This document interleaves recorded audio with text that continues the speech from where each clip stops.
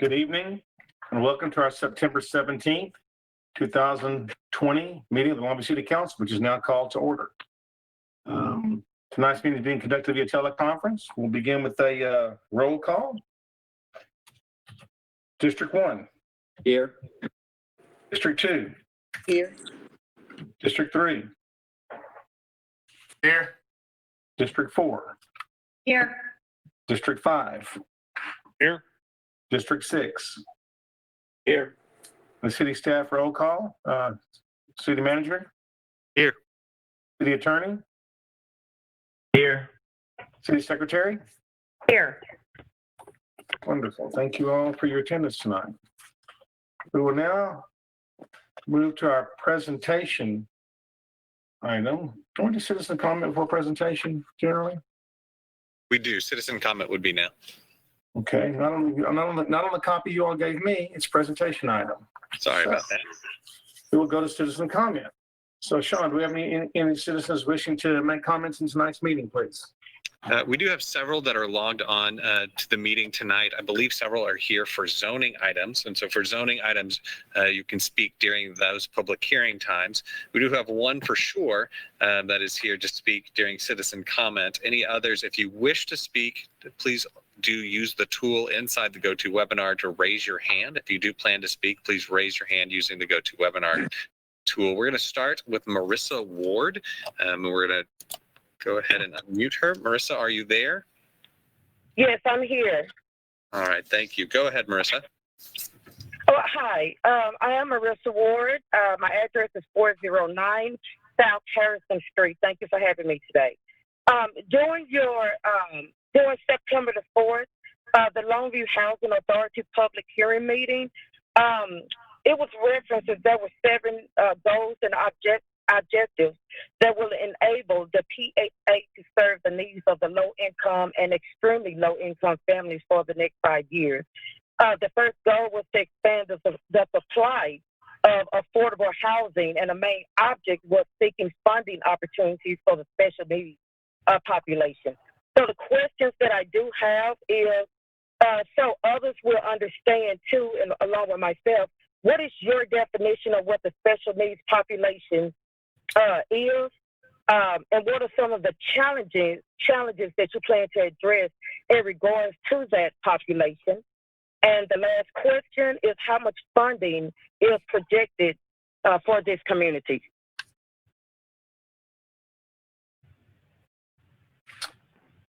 Marissa, is that that's the end of your comments?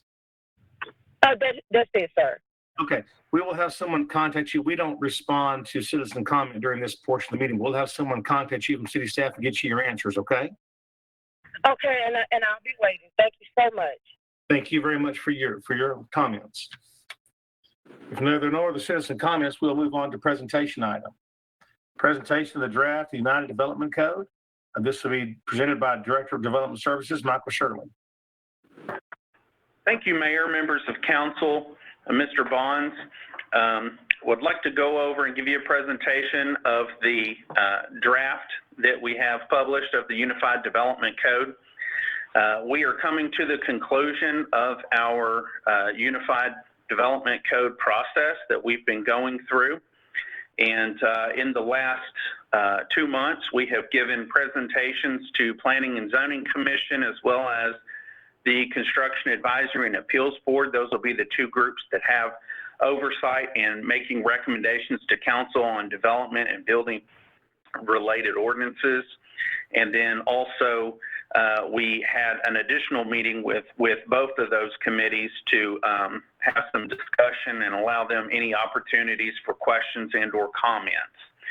And so as we're coming to the conclusion, I'd like to kind of go through some slides and kind of show you where we're at with the UDC and kind of give you a brief overview. And then at the conclusion, I will be available for any questions or comments.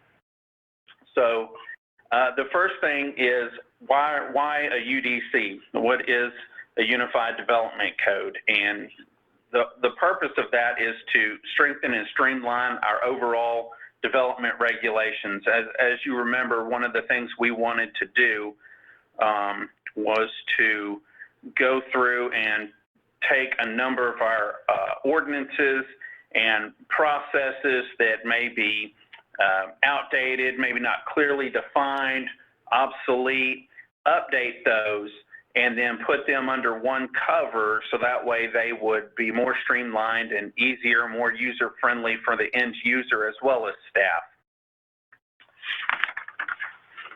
So the UDC combines documents that include at least 10 other chapters of our Code of Ordinances, including our building and safety codes, including electrical, mechanical, plumbing, our flood damage and prevention, tree preservation, signs, streets and sidewalks, subdivision ordinance, as well as our zoning ordinance. The UDC also incorporates guidance from the comprehensive plan, our two small area studies that we did, both Interstate 20 and downtown, as well as guidance from our bicycle and pedestrian plan on alternative modes of transportation, including sidewalks. The UDC was formed with public input. We did have community open houses and opportunities for people to provide feedback in various different methods, as well as meeting with the Builders Association on a number of occasions, and also meeting with the focus groups that they had dealing with the specific areas. So the benefit of the Unified Development Code is it takes dozens of documents that we use and streamlines that and puts it into one code that we can use along with the engineering design manual that'll be a companion manual to that. The Unified Development Code, however, is not replace the building codes. The building codes we adopt are a standardized set of building codes, and as we talk about consistency and predictability, that is one of the main things that why cities adopt the International Council building codes, is so that builders and developers, when they go from city to city, their construction codes are very similar, minus any just local amendments that we may have to complement what our local desires are. So as far as the building codes and building and safety codes, those codes we're just bringing over and adopting as is. We're not recommending any changes at this time. We are strictly focusing on our land development regulations in the zoning, subdivision, and development standards. So one of the questions I know is going to be, okay, that's great, but what are some of the major revisions that we're talking about? You know, the document itself, and I'll get to that in a minute and show you some examples. The document itself is going to be more streamlined and easier to use. But what is the meat of the document? And so some of the major revisions that were discussed and implemented are, sidewalks have been a big theme in the comprehensive plan. So sidewalks will be required in new residential developments and per the sidewalk master plan. However, one of the things that staff is recommending, as I don't want to say compromise, but the comprehensive plan talks about sidewalks on both sides of the street. And so as we met with the Builders Association and talked about implementing this, we felt like it would be good to try to just do it on one side of the street. And we worked really closely with them to determine when that would be installed so that it was not burdensome, but provided sidewalks as when necessary. So we are only recommending that they be placed on one side of the street in the new neighborhoods. Also, one change is currently we do allow city water and sewer service in some situations to be extended for developments outside the city. Under the new development code, it would require city council approval. That way it gives city council the discretion to determine when that's appropriate. With some recent changes in state law, our ability to unilaterally annex properties outside the city have basically gone away. And so as a way to protect our infrastructure and our investments in our community, That way council can determine on a case-by-case basis if it's necessary, either through like a development agreement or an industrial agreement like that, but it takes it off of an automatic and gives that sole discretion to council. Also upsizing the minimum water line size from 6 to 8, and that will allow for future developments where that extensions are needed to not cause issues with fire protection.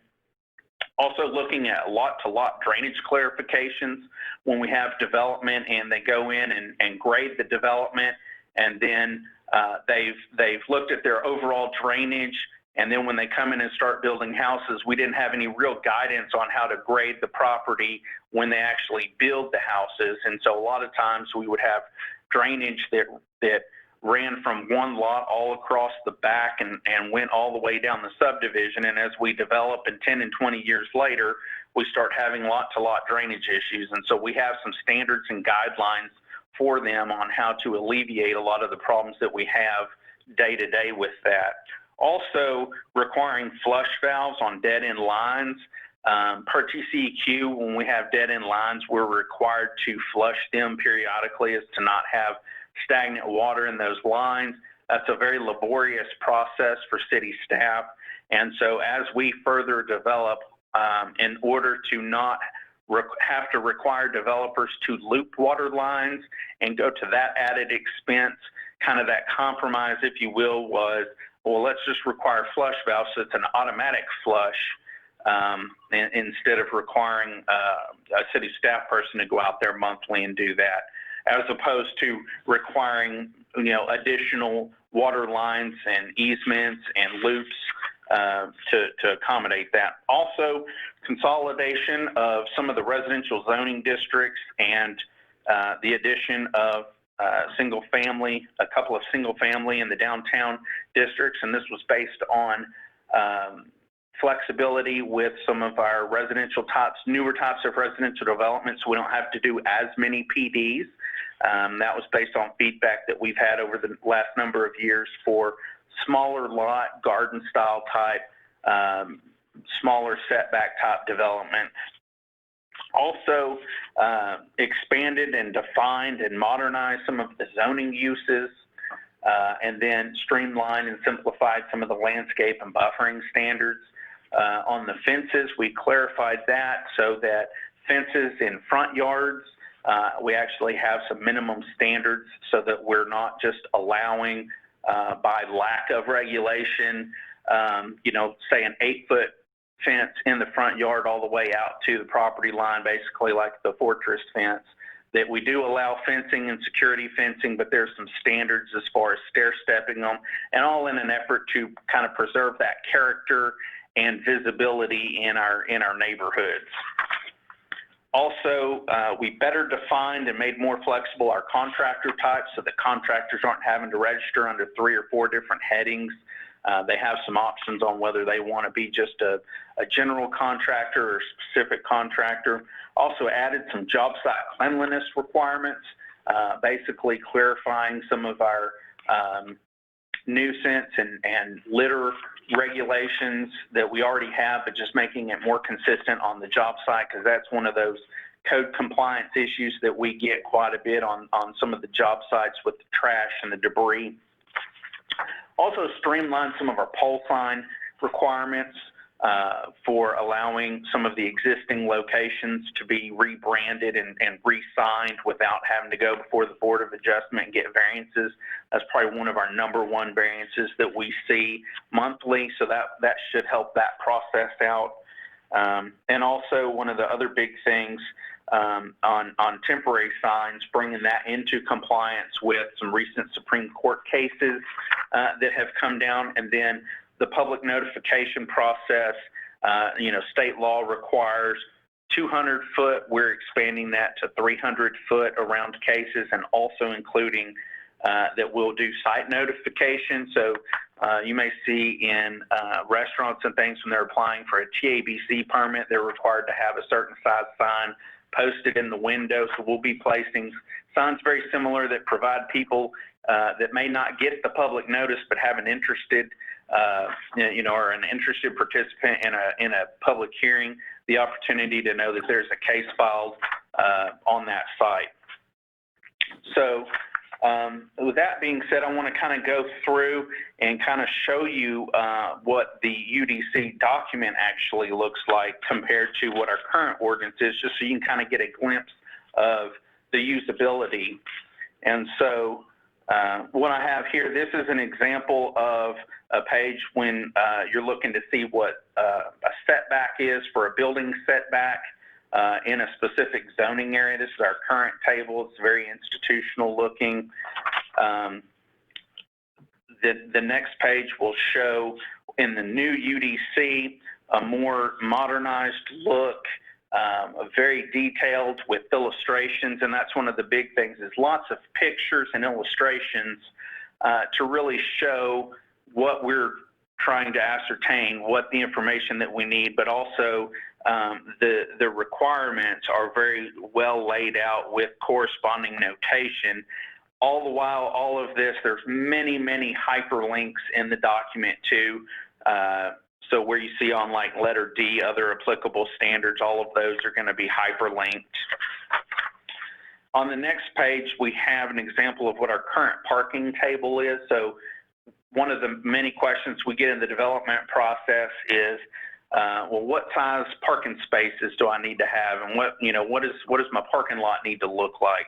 And so this is the table that you go to try to determine what your widths and depths and design criteria are. It's very, very confusing.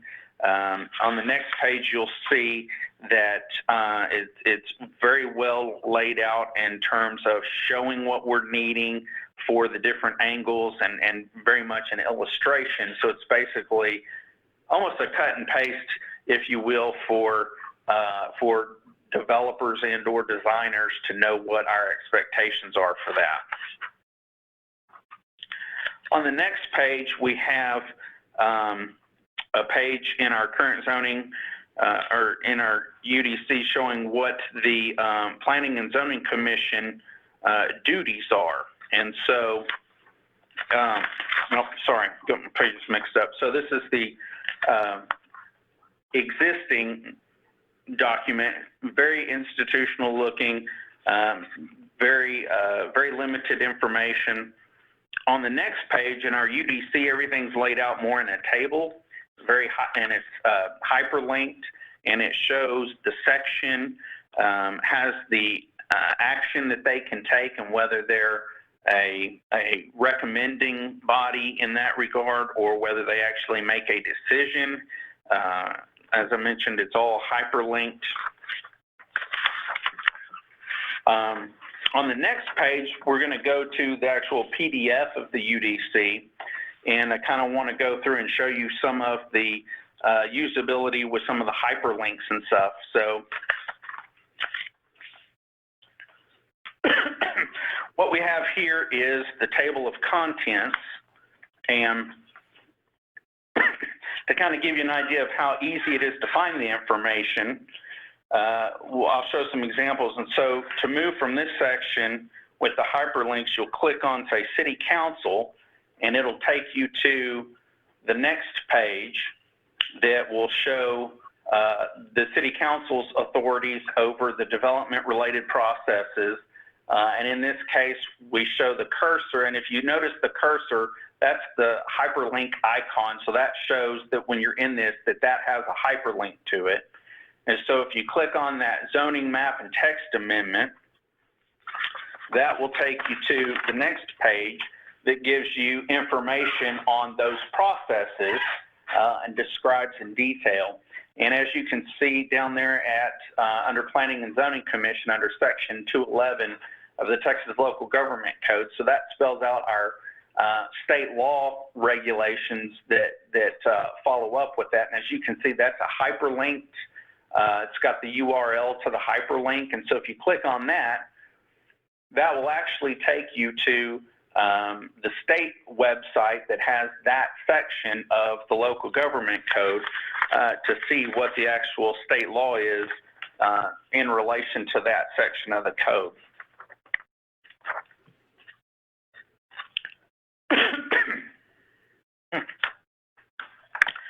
So in our next example, we'll start by going back to the table of contents. We'll start by selecting the development process. And as you can see, once you do that, you'll go to the graphic that we kind of like to call it the snake. And it's a very general summary of the development processes so that somebody can kind of see as a flow what they need to go through, and this is all hyperlinked as well. So if you click on the if proposed use is allowed or not, and that will take you to the zoning and land use regulations, and then on the next page, it will take you to the chart. This is the land use table, and so this will have a list of all the uses, and in this case, it's showing modular home, and out next to that, that will show you all the zoning districts and whether it's allowed permitted use, if it's allowed with a specific use permit, or if it's just not allowed at all. And so if you are curious, well, what is a modular home? That's a hyperlink, and so if you click on that modular home button, that'll take you to the definition section, and it will outline what that definition is. And every use in the table is defined and hyperlinked.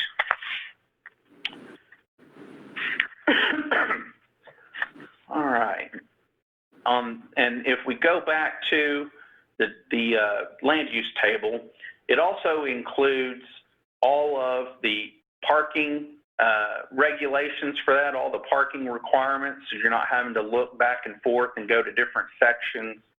But there are some uses that we have some additional regulations for, and that's under this use-based regulations. And so under the modular home, if we click on that number 8 there, click on that, that will take us to the zoning section with the modular home standards for zoning. And then there at the bottom under Article F, if we click on that, the modular home requirements, that takes us to the section of the Building and Safety Code that has additional modular homes requirements that are dealing with the building and construction side of things. And so as you can see, each one of these, that's just one example where in the past, you're talking about pulling information from multiple chapters, multiple documents located in various different chapters of the Code of Ordinance to one document that's literally point and click, and within just a couple of clicks, you can have all the information that you need. You can also notice that it's got built-in tabs, so if you're not using it as a digital document, it's user-friendly in a more traditional format. So as we move through the examples there, I do just want to remind you that although the UDC is a very large document at 600 plus pages, it replaces information that is found in over 1,800 pages within current ordinances and technical manuals, and it provides everything in one location, has all the different tables and diagrams, and is very user-friendly. And so as I finish up here, I kind of want to talk about our next steps. And so we will be coming back in October where we would be making another brief presentation and asking for your consideration for adoption of the UDC that we would recommend taking effect January 1. And then from now till the January 1 date, we would be putting out information to all of our contractors, design professionals, all of our frequent users, and giving them the information and the links, and also providing training opportunities. And we'll be putting those out, whether it be through pre-recorded or having in-person small group training sessions, or even one-on-ones as people are going through there and have questions on how to use it, or even what some of the information is, like we normally do with our pre-development meetings. So with that, that's the conclusion of my presentation. I'd be happy to answer any questions that you may have. Thank you, Michael. I appreciate the presentation. I feel like we got the 1,800-page version tonight. That was a long one. But I do know that this is complicated. It's complex. This started over 5 years ago when we started this process, and it takes a long time to get to where we are. This was a huge issue when I was running for mayor 5 years ago, making it easier for developers to develop in Longview. And so I applaud your progress and all the time and effort it took to get to this point, because I know it's an arduous, very difficult thing to do. So I appreciate it. It's way over most of our heads because we don't know the development business like you do, but we appreciate the time and effort put into this. And we hope to see this come to a conclusion in October when we can then implement this in January. And then our developers will have an easier time coming to our community and our development services and doing business in Longview. So I do appreciate your time and your effort.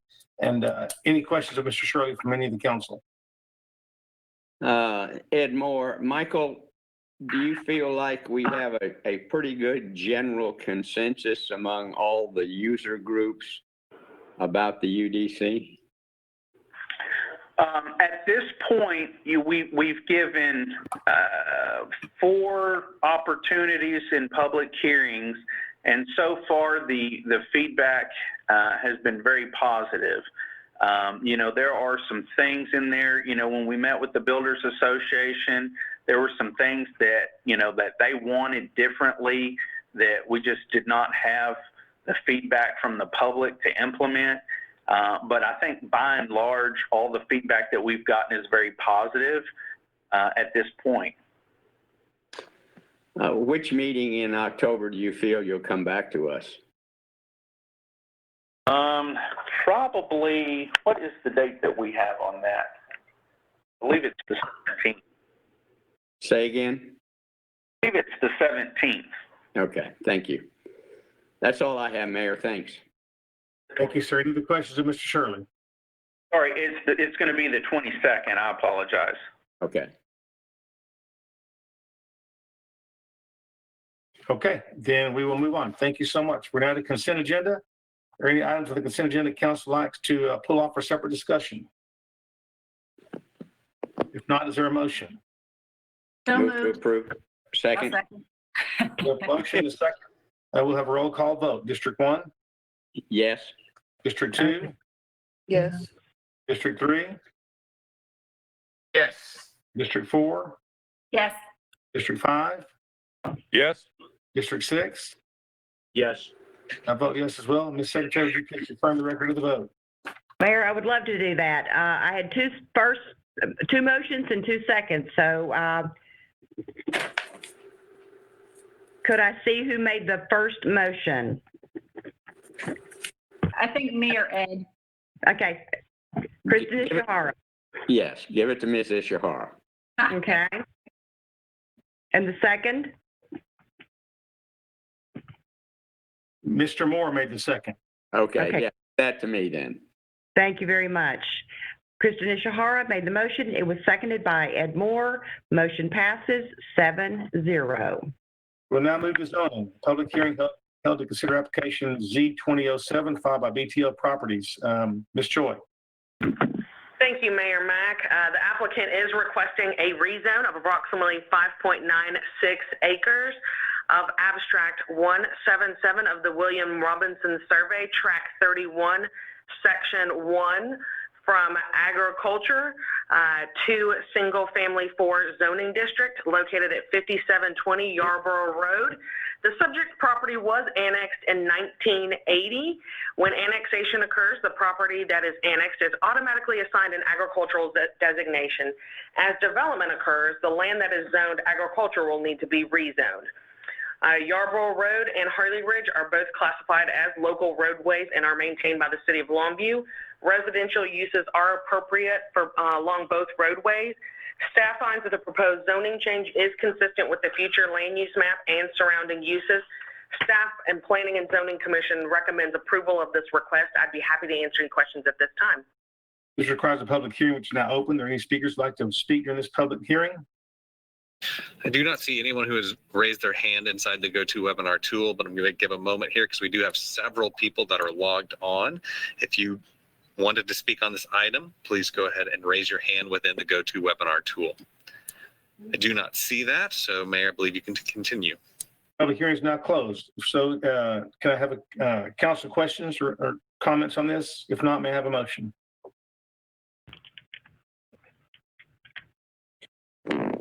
Move to approve. Second. Thank you. Thank you. We have motion a second. We'll have a roll call vote. District 1, Yes.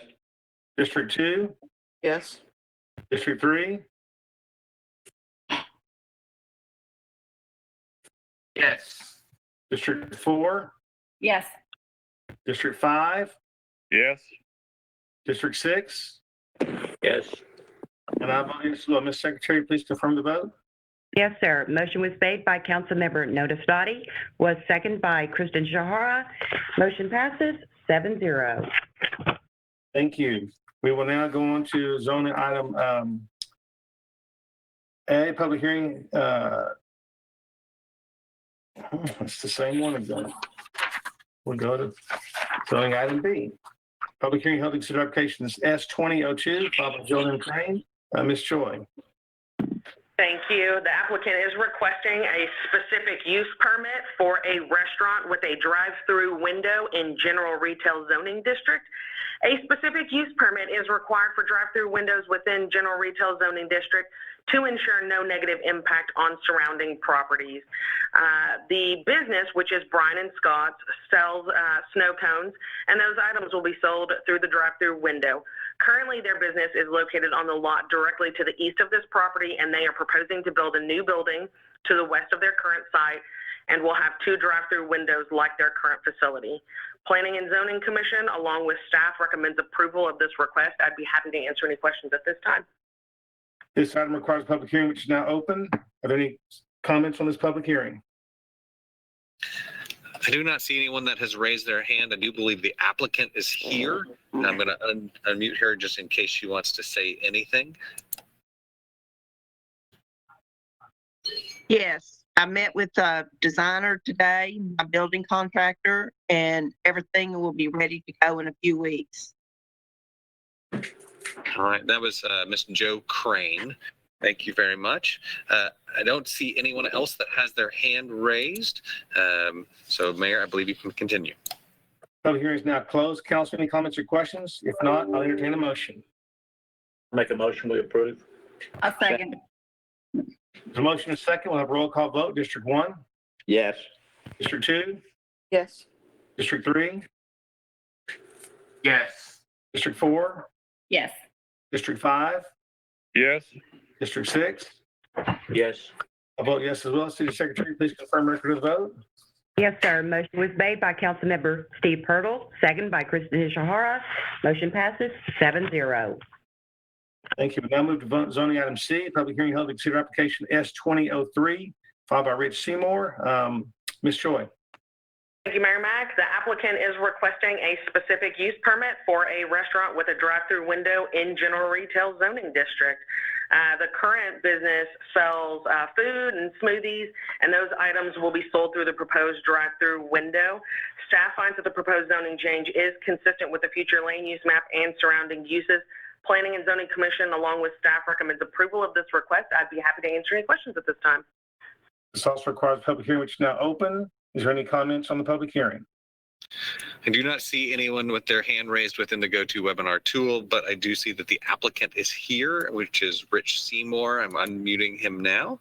But he is self-muted if he wishes to speak. Like I said, I don't see anyone else that is attempting to speak. Rich, go ahead, Mayor.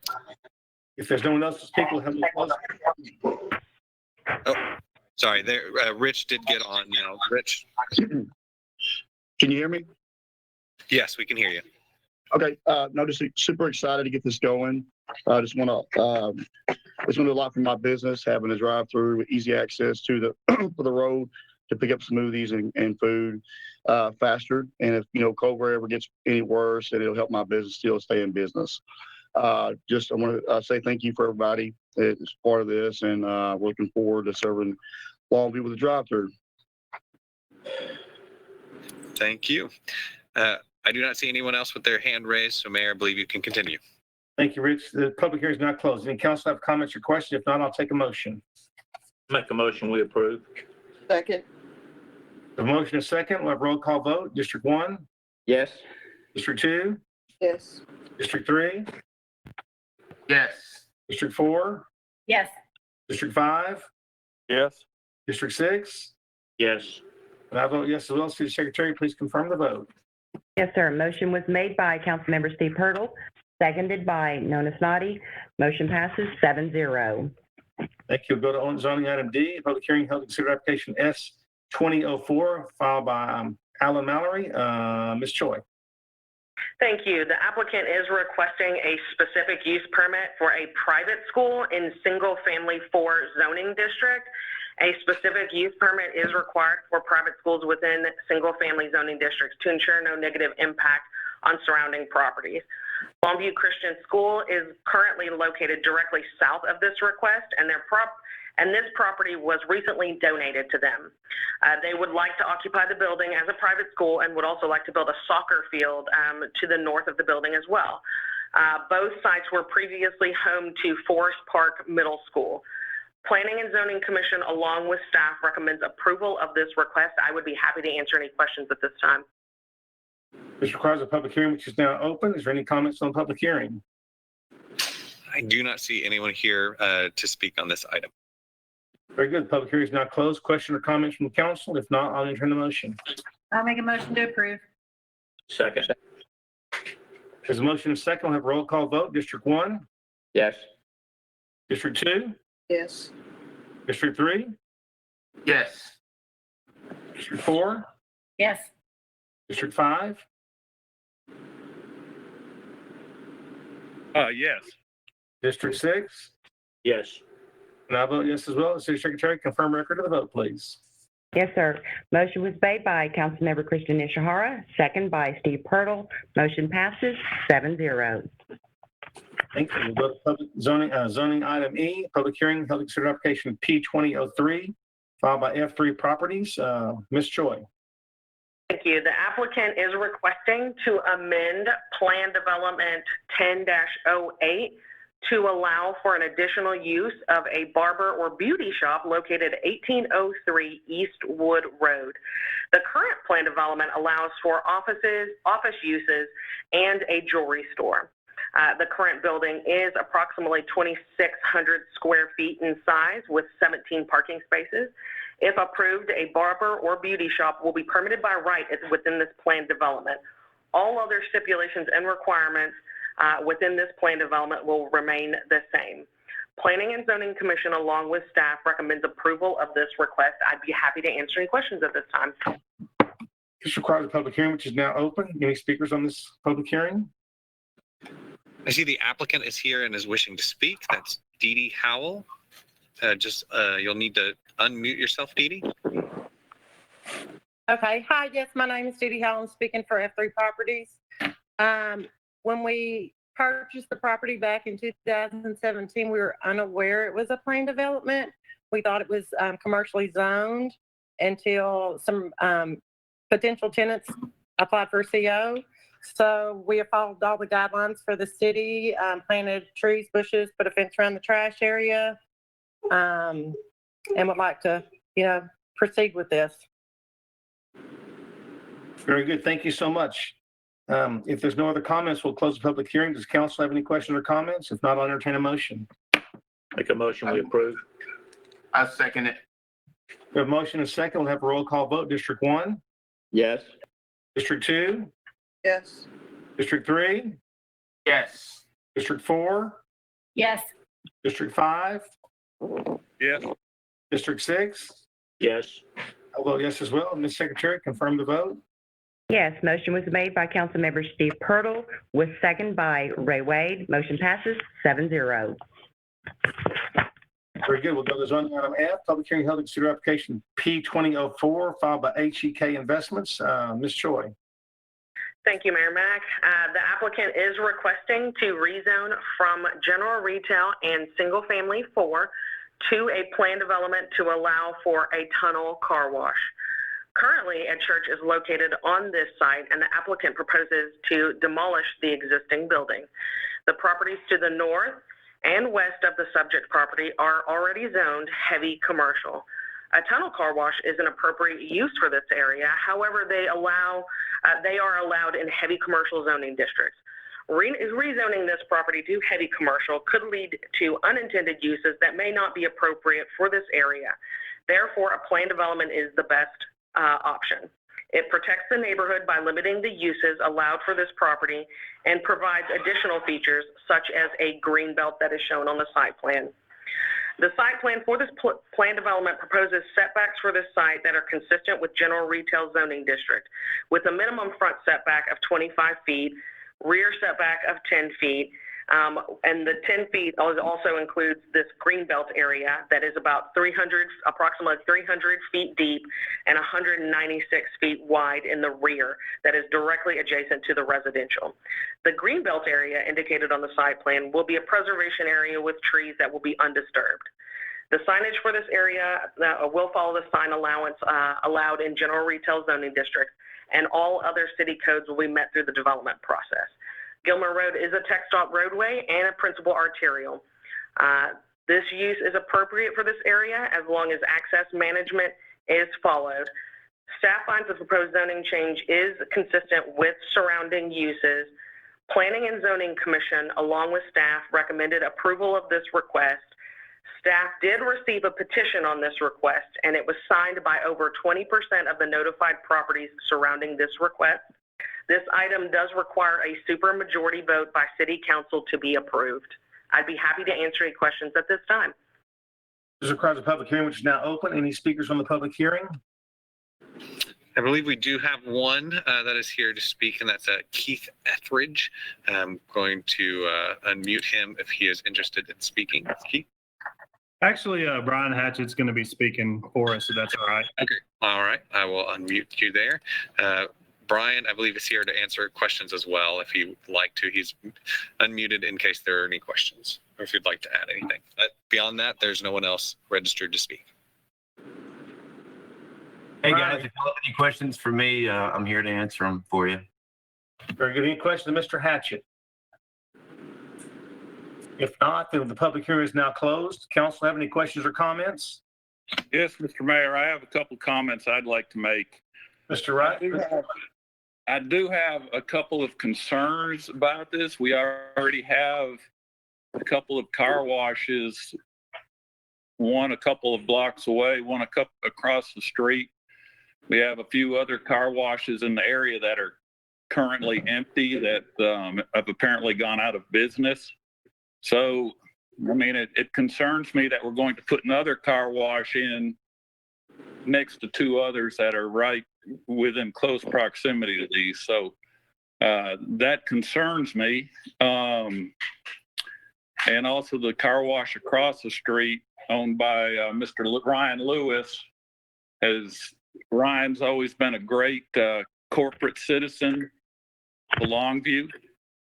And he's done a fantastic job of maintaining his property and keeping it up to date. And I certainly appreciate everything he has done for the district. But having said that, I just really don't feel like it's our purpose to limit businesses. And I guess if somebody wants to put a car wash in that location, I'm not going to stop it. So at this time, I move to approve this zoning request. Second. We have a motion and a second. We'll have a roll call vote. District 1? Yes. District 2? Yes, I vote yes as well, but I also wanted to make a comment to let Mr. Lewis know that we do feel that small businesses are very important to the city of Longview. And unfortunately, this is one of those things that we cannot regulate is development and what type of businesses people build. So, and saying that I do say yes. Very good. District 3? Yes. District 4? Yes. District 5? Yes. District 6? Yes. I vote yes as well. Ms. Secretary, confirm record of the vote. Yes, I will. Motion was made by Councilmember Dave Wright, was seconded by Kristen Ishihara, and motion passes 7-0. We're now move to action item, consider resolution adopting a 5-year CIP allocating funds for the 2021 projects. This will be presented by City Engineer Alton Bradley. Thank you, Mayor. Good evening, City Council, Mr. Bonds. Tonight, I'm requesting your approval of a resolution for authorizing the next year's capital improvement program. Next slide. The capital improvement programs is prepared using policies adopted by council. Projects are compiled and identified from studies, primarily the comprehensive plan, the small area plans, master plans for water, sewer, and drainage, and are ranked accordingly according to urgencies and priorities. Next slide. Last year, the City Council approved these projects. The majority of these were our bond projects approved by our election in the previous November. These are currently ongoing and under design. We've had other sewer and drainage projects on here that are also in construction or design. For our bond, we had issuance in February of 2019. We have planned issuances in February of 2021 as well as 2023. Next slide. One project approved and funded last year was the George Ritchie Utility Relocations Project. However, recently we had received information from the state that the construction of George Ritchie widening will be delayed until FY 2024 to coincide with right-of-way acquisition by the state as well as uncertainty in sales tax revenue. Although this seems like bad news, it's actually good news for the city. Due to this delay, our intent is to defer the funding of the utility relocation construction to FY 23. The good news is that this allows the utility this year to fund its annual maintenance needs for utility line replacement and utility relocations as required by the city bond projects.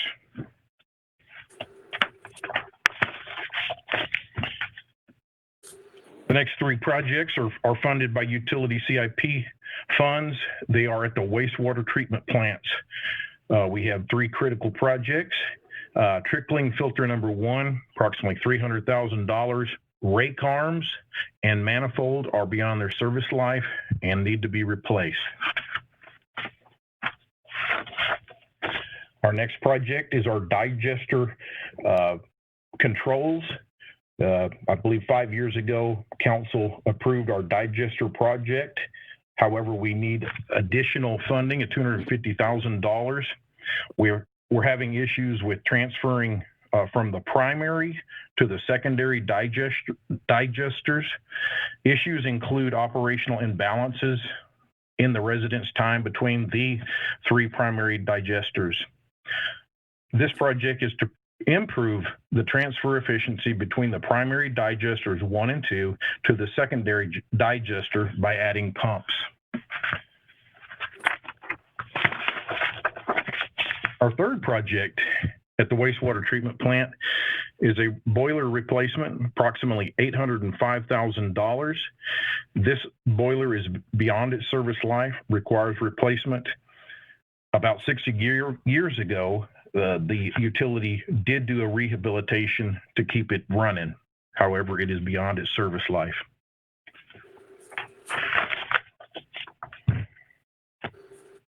Now we'll get to our line utility projects. In support of the street bond improvements for Fairmont reconstruction, we have approximately $1.3 million between sewer and water, which will be funded by our utility CIP funds.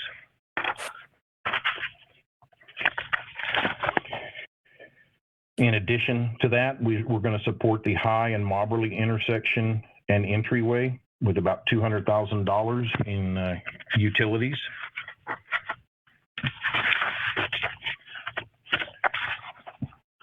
We also have the CDBG program, which helps supplement our utility replacement, which also includes street improvements on this project. On the street is Joaquin Court, $200,000, which should be funded by the CDBG. It can be supplemented by utility CIP funds as needed.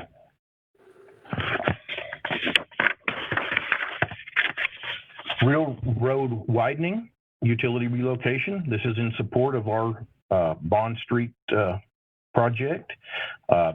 Approximately the same cost as Fairmont, $1.3 million, about equal for water and sewer from the CIP funds for utilities.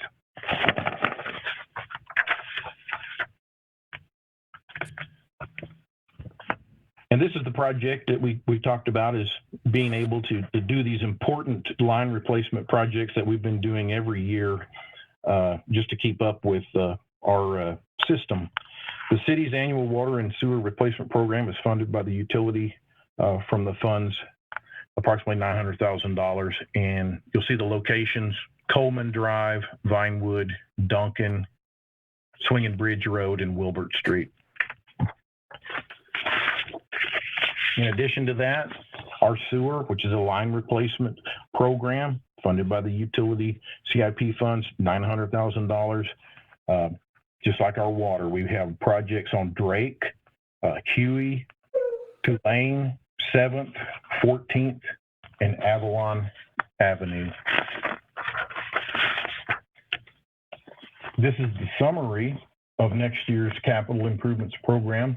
I'm recommending and requesting your approval, approximately $6.2 million.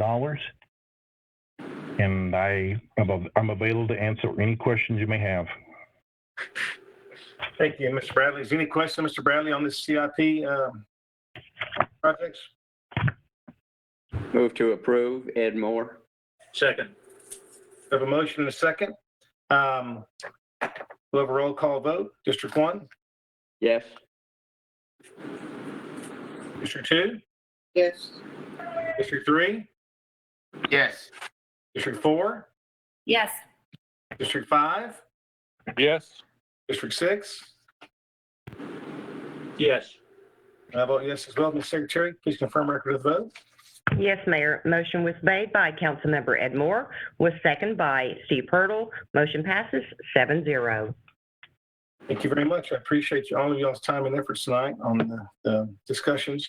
We're now to our COVID-19 update. I'm going to publicly thank the East Texas Food Bank for holding produce distributions in Longview at the Longview Convention Complex. The distribution last Friday served more than 1,000 households. The next drive-up distribution will be held on Friday, September 25th from 8 to 10 a.m. at the Longview Convention Complex.